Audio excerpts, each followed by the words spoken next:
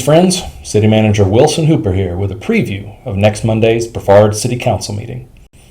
The meeting will be the first of two meetings the Council will hold next week, the second being on Friday the 14th at 8:30 a.m.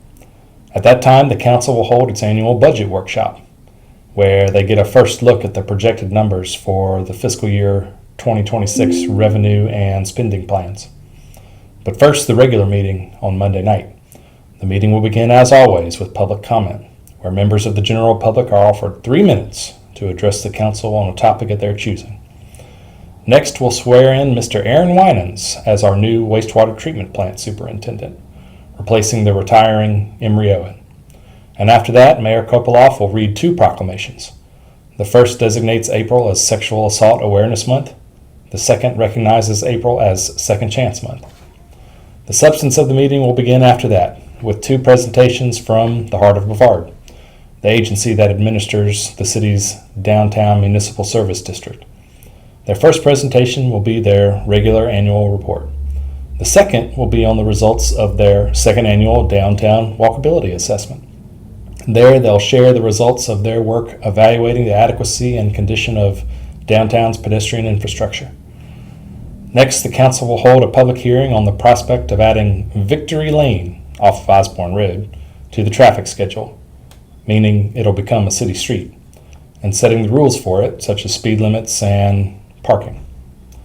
The council will then be asked to take a series of ministerial actions, approving the March property tax releases, recognizing Arbor Day and Child Abuse Prevention Month, setting a public hearing for a possible non-contiguous annexation near Reservoir Road, designating Mayor Kopoloff as the city's voting delegate for League of Municipalities Board of Directors elections, accepting a $23,000 grant from the Governor's Crime Commission, affirming the Public Safety Committee's recommendation on the city's participation in a possible countywide fire tax district, and approving minutes from a few recent committee meetings.